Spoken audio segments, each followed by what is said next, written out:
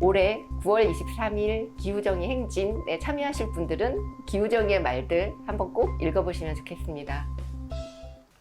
네, 안녕하세요. 오늘은 기후정의의 말들이라는 책을 갖고 찾아왔는데요. 오늘 이 책에 대해서 같이 말씀 나눌 분은 이후연구소 부소장 김범일 선생님입니다. 반갑습니다. 예, 반갑습니다. 예, 안녕하십니까. 방금 소개받은 이후연구소 부소장 김범일이라고 합니다. 이 책은 9.24 기후정의 행진 연설문 모음이에요. 그러니까 작년에 9월 24일에 기후정의 행진이 있었는데 그 당시에 그 현장에서 많은 시민들이 발언했던, 이야기했던 말들을 옮겨 담은 책이거든요. 특히 이때 김범일 선생님은 이 행진에도 참여하셨다고 들었어요. 네, 맞습니다. 그 얘기부터 시작을 해주시면 좋을 것 같아요. 작년에 이제 시청 앞에서 네. 대규모 집회가 있었고요. 네. 저는 전반부의 집회 발언, 행진할 때는 이제 같이 이제 구성원으로 참여를 했었고 마지막 문화제라고 이제 네. 공연을 했는데 거기서 이제 사회를 봤었습니다. 저는 작년에는 참여를 못하고 2019년에 예. 네, 대학로에서 했을 때는 대학로에서, 참여했는데 작년에 했던 영상들이나 사진을 볼 때 처음에는 그냥 무심코 봐서 문화재 사회 사진이 이렇게 지나갈 때 김범일 선생님이 사회 보셨다는 얘기를 듣고 보니 네네네. 사진에 있으시더라고요. 굉장히 흔쾌히 발언자분들께서 원고를 보내주셨다 이런 네. 내용이 들어있던데 아주 사소한 질문입니다만은 이런 책을 네. 만들 거니까 원고를 보내주세요라고 한 다음에 네. 다 수집되기까지 얼마나 걸렸나요, 기간이? 근데 굉장히 빨리 걸렸어요. 한 달도 안 걸렸어요. 아, 네. 네. 원고를 안 보내주신 분들 중에서는 어떤 좀 이유로 안 보내주셨을까요? 제가 직접 하진 않아서 그러진 않았는데 연락이 미처 안 닿거나 네네네. 또 그중에는 또 번역한 시를 읽은 경우도 있었는데 네네. 그 저작권까지 저작권, 확인하기까지는 시간이 좀 너무 걸리고 이런 분들을 빠지고는 그래도 그 상황에서 연락이 된 분들은 최대한 다 모아서 실을 수 있었어요. 마이크도 보시고 네네네. 네, 이제 차량 진행이나 봄 집회 발언도 다 보셨을 텐데 네네. 그 보시면서 뭐 책에 실렸든 안 실렸든 좀 인상 깊었던 장면이나 이런 게 있으면 소개해 주시면 좋겠어요. 이게 사실 요거는 이제 주최 측 준비하신 분들이 들으시면 좀 서운하실 수도 있는데 네. 우선 이게 9월이었는데 생각보다 더웠어요. 그렇죠. 네. 9월도 덥죠. 9월인데 좀 더워서 제가 제 기억에 딱 그 시청역에 지하철에서 네. 내려 딱 들어왔는데 너무 덥다 이 생각이 먼저 들었고요. 네. 사람들이 너무 많으니까 약간 좀 이렇게 몸을 이렇게 운신하기가 네. 좀 어려웠어요. 그래서 네. 저는 그 주최 측에서 준비해 주신 그 천막 안에서 가만히 앉아 있었거든요. 네. 그래서 이렇게 관망하면서 앉아 있었는데 사실 잘 들리진 않았어요. 네. 왜냐면은 이 거리가 너무 멀다 보니까 스피커를 좋은 네. 스피커를 쓴다고 하더라도 이게 완전히 딱 또렷하게 들리진 않잖아요. 그럼 네. 제가 이제 안에 들어가서 앉아서 보는 총중이었다면 거기 집중할 수 있었겠지만 저는 계속 거기서 주최 측 스태프들이랑 노가리 까면서 잘 못 들었습니다. 워낙 많은 분들이 오셨어요. 그러니까 저는 그게 정말 놀랬던 게 기후정의라고 네. 하는 주제로 이렇게 많은 사람들이 모일 수 있구나 네. 라는 지점에서 저는 되게 놀랍고 감동적이었던 부분이 있었거든요. 네.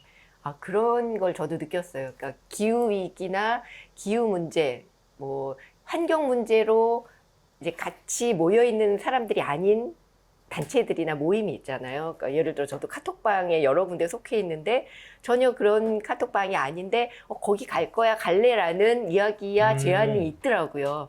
그래서 저는 그거 보고 정말 이번에 사람이 좀 많이 모이겠구나라는 생각을 했어요. 이제 대표님께서는 이제 편집하시는 과정에서 네. 어떤 분의 말씀이 좀 인상적이었는지 네. 뭐 대표님도 말씀해 주시고 저도 이렇게 얘기해 주시고 네. 이러면 또 좋을 것 같습니다. 이건 제가 확인을 못 했었는데 원고에 아마루 토레즈라고 비아 캠페시나 네, 이제 그 중앙 아메리카 지역 기후 대표분 글이 실렸는데 이 좀 마지막 부분이었는데 여기 네. 읽어볼게요. 정의로운 전환이 필요합니다. 노동자, 농민, 선주민, 시민사회가 결정 과정에 참여할 수 있어야 합니다. 대기업이나 정부 대표만 모여 우리의 미래를 결정해서는 안 됩니다. 우리의 요구를 분명하게 세우고 자연과 천연자원, 우리의 식량, 우리의 노동, 우리의 미래, 다음 세대를 단지 상품으로 취급하도록 허용하지 맙시다. 그러니까 이 부분 읽으면서요, 우리의 미래를 상품으로 취급하도록 허용하지 맙시다라는 얘기가 굉장히 마음에 와닿았어요. 사실 우리도 여러 가지 기후나 미래에 대해서 고민한다고 하지만 자본주의 사회에서 모든 것이 상품으로 취급되고 예쁘고 마음에 들어야 사고 이런 여러 가지 이런 내용조차도 그런 좀 그 자본주의의 상품이나 어떤 상술에 이용되는 면이 있고 네네. 또 거기에 우리도 알게 모르게 부응하는데 그렇죠. 네, 이런 이야기들을 좀 나눠주셨다는 게 좀 인상이 깊었어요. 이런 식으로 사실 한국의 기후정의 운동이 네, 물론 예전부터 기후 운동을 하신 분들이 계시긴 했지만 네, 이제 전 세계적인 이 기후 정의 운동의 동시다발적인 어떤 활발하게 벌어지면서 한국에도 좀 영향을 받았지 않았습니까? 그래서 네, 이런 식으로 국제연대가 가능하다는 점도 이 기후 정의 네. 운동이 좀 독특한 점이 아닐까 생각이 듭니다. 네. 혹시 또 다른 부분도 있을까요? 제가 푸른 꿈 고등학교라고 사진에도 또 이렇게 보니까 고등학교 이름을 들고 학생들이 걷는 사진을 보았는데요. 그 글 중에 보면 이런 얘기가 있더라고요.